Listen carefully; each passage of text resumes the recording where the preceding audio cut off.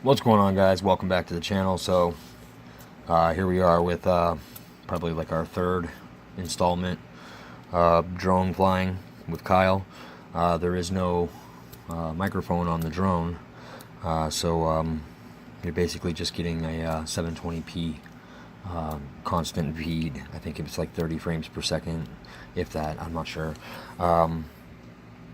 We're not complaining. I did a little bit because when I ordered that drone, I paid extra so that I got it with a 1080p camera, and it did not come with the 1080p camera, so I was a little upset. But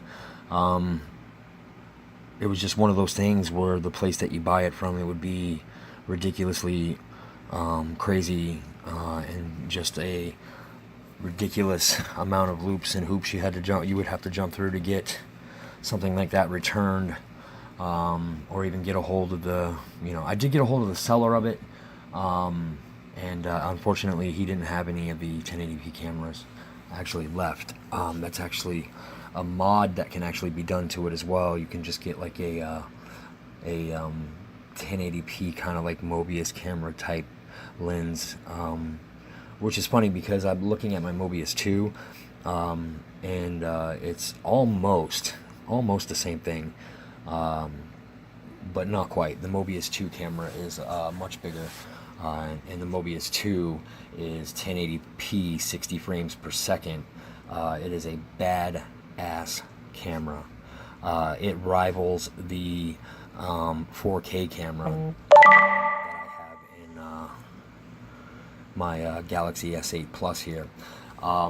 The thing about it is, though, is that the lens on the Mobius camera, like, you can touch it with your fingers, like, and it doesn't like smudge. It doesn't get dirty. It's weird. But the lens on the Galaxy phone, boy oh boy, if you don't wipe it off before you start recording, yeah, it records in 4K 1080p.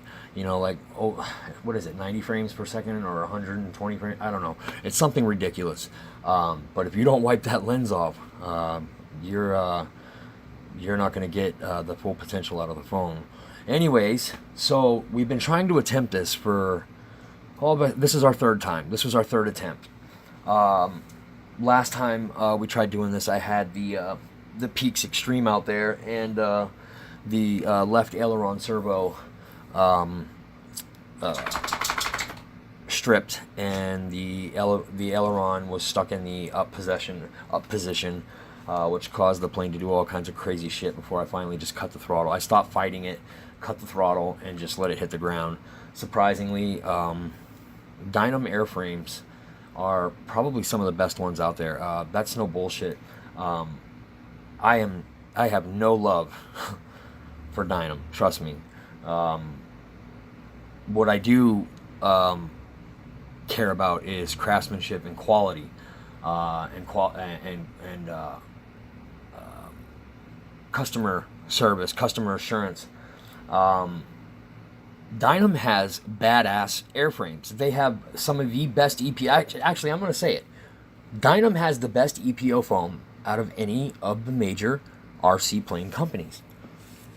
That's it. That's that, guys. And not to mention, they own like 90% of the patents on pretty much all the planes out there that are molded. Like, Dynam owns the molds. My buddy Eddie told me that. Or maybe it's not 90%, but it's a ridiculous amount. Dynam actually has their hands in pretty much everything. But anyways, guys, I'm going to finish this voiceover up. We're getting towards the end of the video. We finally did it, guys. We got a drone flight, and Kyle did an excellent job following the plane around. Towards the end, the drone became uncontrollable, and it actually took over. It's a GPS drone. So what it did is it ran for the last however many seconds it was there, and then it did an auto shut off where it came down to the ground by itself and everything. It just so happened that damn thing was still following the plane around. Kyle's like, I wasn't doing it, Dad. I wasn't doing that. And I was like, well, that's okay. It recorded it. We finally got it in the books. I had brought out a couple of jets yesterday to fly. It was way too damn windy, guys. Way too windy. I almost didn't even want to fly that Dynam plane, for Christ's sakes. But it is a Dynam plane, and I